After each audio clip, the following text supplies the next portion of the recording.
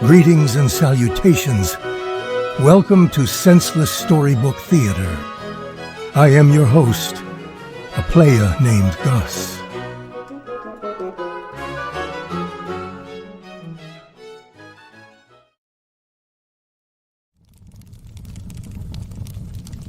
I was out earlier on a brisk late winter walk by the Thames. That brown river water always has a way of tickling my fancy for my favoriteest drink. Nice cold iced tea. Oh yes, truly the goat of all drinks. It's so refreshing and just delightful with a lemon wedge. Why, that reminds me of a story my grandmama would always tell me whenever I'd ask her for a glass of iced tea as a child. Of course, she'd never let me have any, and then she'd lock me in a closet all day with no supper. Maybe you'd like to hear it. All right, I'll do my best to recount the tale. Perhaps after hearing you too, will have a hankering for the sweet, forbidden beverage.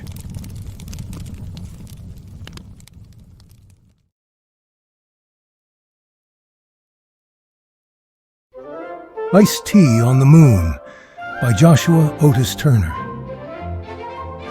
Chapter 1. The Plan. In the late 1960s, there was a teen named Jerry Bohm. He grew up in a humble yet very proud family. He was amazed at all the new inventions around him, like televisions and radios. One time, he was so wowed by the ice cream cooking channel that he licked the screen for over 2 hours. His parents whooped him good that day for soaking their favorite son in spit. They thought of the TV as their favorite son. Eventually, he got used to all the beatings, till it didn't hurt him no more. His parents had to figure out how to spice things up, so they started launching him up into the air with a giant slingshot. Yes, sir, Gnome had quite a rough time in life, but whenever he was down in the glups, one thing would always perk his goose. Iced tea, boy. Carpets in the house were so fluffy, Barry Bohm would never sleep on his bed. He'd stretch out his dogs and let 'em squeak, if you're digging what I'm putting down. One day, the parents left for a parents and no son retreat, leaving Mary Bohm all alone. So naturally, he did what any curious child would. He created a makeshift nuclear power generator. He flipped on that puppy and prayed for a miracle that he would survive the blast. And much to his disappointment, he did. As Barabone was recovering in the emergency room, alone again in the dark, he'd stare up at the moon and wonder, will this suffering ever end? Then he'd ponder, I wonder what iced tea would taste like up on the moon, maybe as sweet as butter on a bald owl's toes. Sadly, Terra Rome was a dumb little miniature people. He did not know that there is no air on the moon, so his iced tea would choke to death from the lack of oxygen before he even made it halfway there. 18 weeks later, he was released from the hospital and was hard back at work. You know, being a human slingshot ball for his parents' amusement. Eyes full of dry tears as Larry skyrocketed at breakneck speeds upwards when he saw the moon again, peaking. Its moon feats from behind the air farts, or clouds as some of you folks say.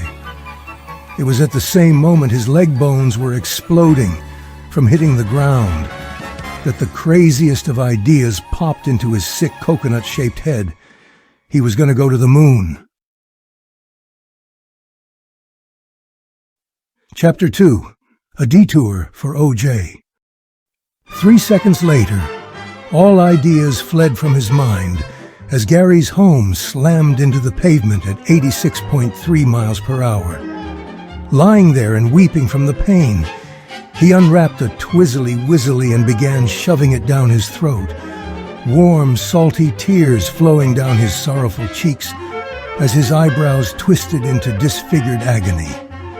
Once he had settled down from the choking and convulsions and strokes and heart attacks, he decided, I've had enough of these pie-hole bandits. He began slithering away for NASA on his belly, 'cause his legs were done broken. Now, as I'm sure y'alls know, NASA don't take too kindly to snake types, so they kicked poor old Therodome out into the snow and dumped some snow down his whittle shirt the minute he showed his hide in town. Pharaoh Chomi picked himself up. Dusting off the snow from up his shirt, he swore on his great hamster's wrath that he would make them pay and suffer greatly for this injustice they did to him, and that one day he would be ruler of all the Moony men and their precious sweet, sweet moon tea. All this burning hatred and malice was making him a little hungry and squirmy, and so he merrily skipped down to the orange juice store to score himself some most delicious orange juice pie. Once inside, Pharaoh immediately tripped on a tiny mousy tail and flew headfirst into the counter and bonked his head something fierce. This made him want to cry really bad, since, after all, he was a bit of a crybaby. Frito shrieked so loud that it was enough to make everybody in the store's ears bleed. The manager was having none of this, so he grabbed from behind the counter a 5-gallon bottle of vinegar and forcefully made the crybaby drink every last drop to calm him down. At first, the bitter juice did the trick and stopped Frato Vom from crying, because his stomach was full of pop. But all at once, there was deep rumbling, and vinegar suddenly shot out of every hole on Frato's head as he literally exploded.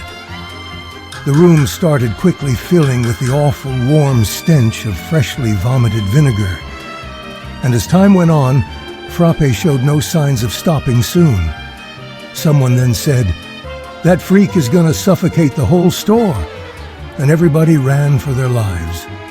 Everyone except for Bear Grylls, who was there and said the smell reminded him of that time he was raised by jaguars.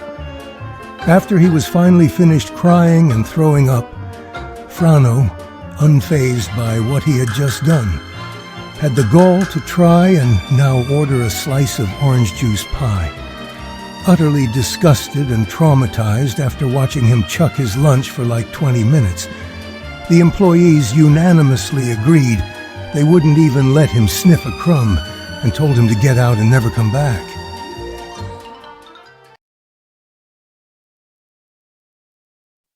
Chapter 3. The Ray Gun. As the earth turned a particular way, thus revealing the glorious sun, beams of solar radiation concentrated and shot precisely into Frappean Chosenbelt's eyes. He quickly flinched and rolled off his bunk bed. After hitting the floor with a thud, Hedoth screamed, for his eyes were engulfed in a devouring flame. He blindly reached for whatever his gravelly little hands could grasp, which ended up being a cup of sour lemonade. Out of instinct, he quickly launched the sweet, sweet beverage onto his face and in his eyes. And as the hot pain of fire was vanquished, a new pain arose, one would say of citrusy wonders. Stray radiation from the burns transformed the molecular structure of his brain and gave him new ideas. He said aloud, "It really hurt, but also felt good at the same time," as a wise man had once said. He began thinking of creative new ways to achieve his dream of getting to the moon. Financial debt? No. NASA? Definitely not. Build a rocket himself? Yehays! As his goals of lunar landing got bigger, his commitment to reality started to shrink smaller. He realized that he had no money and no friends to help him out.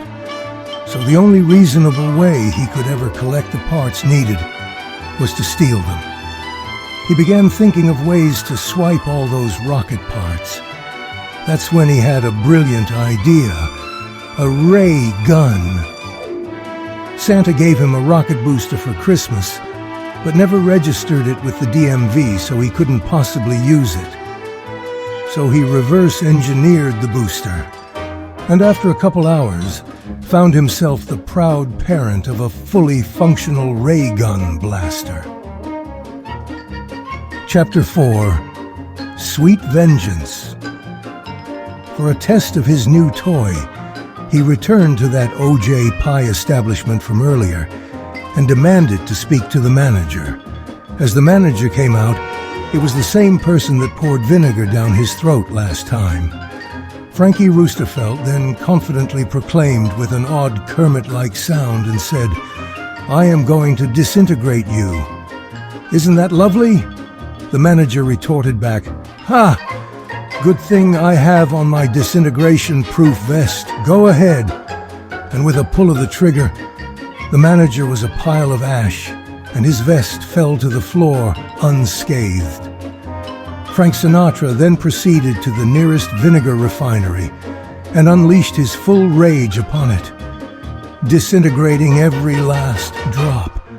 With his brain still chocked full of radiation, he realized he could harvest all the parts from the destroyed refinery to finally build his rocket. He set up camp there that night, in preparation to start work on the rocket first thing in the morning. As he was asleep, one of the refinery workers who had witnessed the horrors remembered a special spare bottle of vinegar that they kept for emergencies. He ran, grabbed it, and snuck into his little crappy tent. Opening up the bottle, and in his mind, the worker said, "This is what the training is for," then shoved it up his butt, giving Francis Chocolate Melt the worst enema the world has ever seen. Francis immediately woke up vomiting horrifically all over the tent and the worker, who escaped just in time and ran away giggling like a little freak school child. Chapter 5. Walk It to the Moon, Baby. After Franny Diamond Smelt finally stopped vomiting profusely all over the floor of his tent, he knew he had to begin building his precious rocket, or he'd never make it to the moon, baby. As he worked, he found his progress being hindered by that little gift the factory worker had given him the other day. Now you might be thinking it quite inexcusable that it took him more than a single day to finish assembling an entire rocket. But his injuries were proving to be a constant reminder of how much pain he was in. It took him 3 whole days to remove that accursed bottle.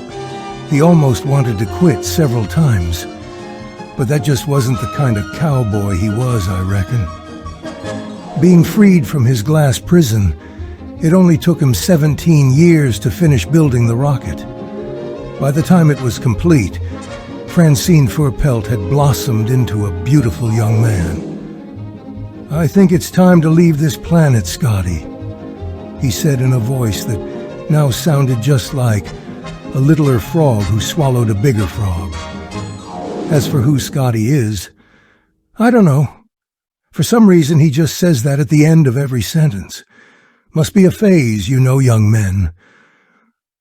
For a spacesuit, he sewed together the skins of several dead chickens he'd been collecting over the years. He thought it made him look hot or something. In his suitcase, he packed just the essentials: his collection of used soda can tabs, a slice of O.J. pie, and a bottle of vinegar just in case it happened. Climbing aboard his rocket missile, which was 87 stories high, he stood on the tippy top and shouted so loud that everyone in town could hear him. "Oh-ee! I'm not dead!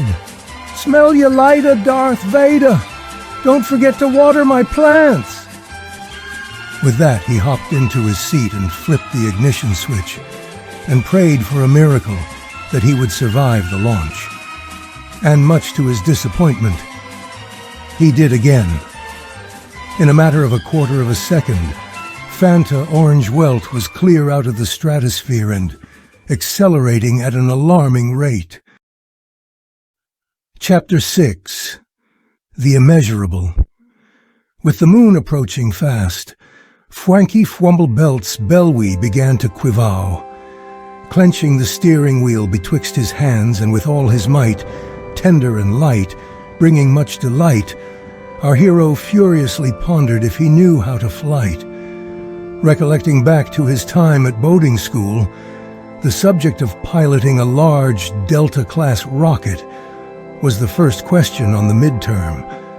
A midterm he sadly missed due to his parents competing in a tournament of pop goes the boy's leg bones with his fragile body. Panic trickled down his spine like the warm, nervous sweat he felt that one time. The time he went to Canada. He was in big trouble. Oh, and also, in another completely different part of the world, that lazy Captain Grittle-Dooter heaved with all his big toes might at the banana. Anyway, so Floozy Frankensteekel was gonna crash. Shocker. Completely out of control. Gradually, the tip of the rocket teetered out of balance and caused the whole business to get hot and ignite. Fozzie Bear's dogs were roasting in that tin can RV he dared call a rocket. In the thralls of what he assumed was a fiery death, finally coming to collect him, he always thought he was part cat. His pinky fingers were flexing wildly as he gulped. My disappointment is immeasurable, and my day is ruined. And with that, he gave up trying to open that mayo jar, and everything burst into a bright light around him. Explosions really give a guy some quiet time to think to himself, and thinking was exactly what he did. Looking back to his past, he recalled the time he was strapped to a cannonball device and was loaded by his mother into the cannon for the 45th time that day.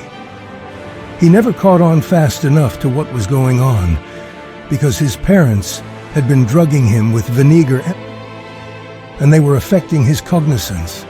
They lit the fuse, held their ears, held their breath, and boom. No, not this time. Today was the day he was going to fly to that moon, even if it killed him, which was very likely at this point. Snapping his eyes open, he awoke and felt a sharp pain through his body as a radar dish thought he was a satellite and decided to send a Starlink signal of 5,000 kilowatts at his face. He could see PewDiePie in his thoughts. Then it dawned on Frodo that he was falling towards the Earth unconscious. Rocket parts, shimmering like burnt glow-in-the-dark star stickers, were careening downwards with him. He needed to find a way to fly upwards pretty soon, or his chicken legs would shatter forever.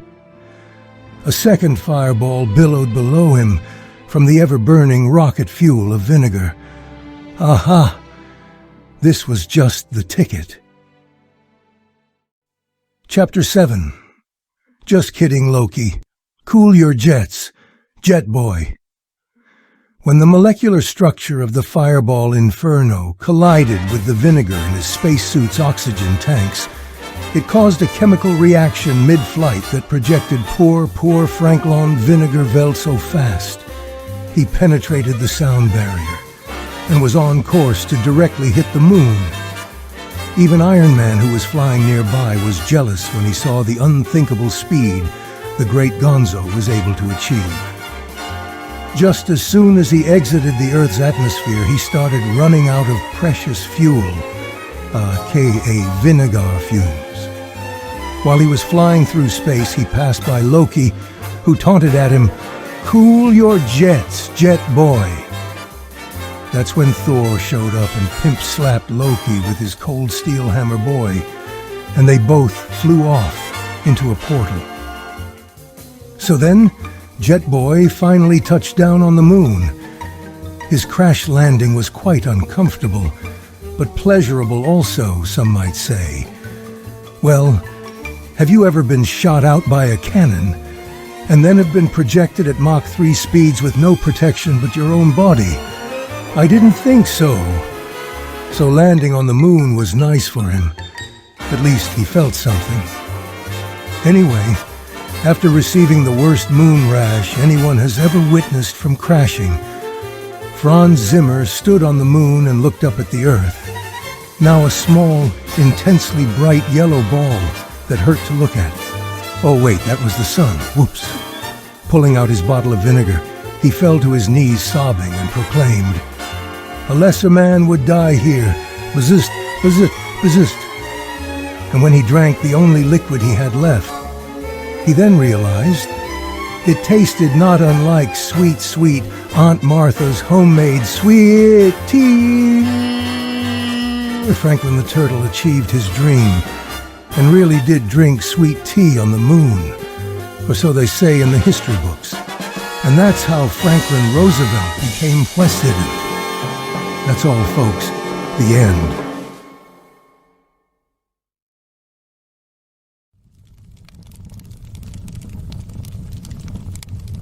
There you have it. I hope you enjoyed. If only you could hear it from Grandmama herself. She was always one for theatrics. It was special the way she'd tell it. I would have so much fun at Grandmama's house. Oh, the tricks she used to play on me. After hearing the story, I had a fear of vinegar until I was 19. I'd frighten at the very sight of a vinegar bottle. I remember she'd pretend to pull out a bottle from behind my ear, and that would send me right up to bed for the rest of the week with no complaints. Ha ha ha. Of course, those days would have been even more fun if she had just let me once enjoy a sip of iced tea. But no, that was what she always said was no, no. Well, guess what, Grandmama? I'm drinking as much iced tea as I want, 'cause I'm a big boy now. Do you hear me, Grandmummy? Well, I'm off to call my therapist. I think I'm relapsing now. Until next time. This was Senseless Storybook Theater. Thanks for tuning in. To infinity and beyond.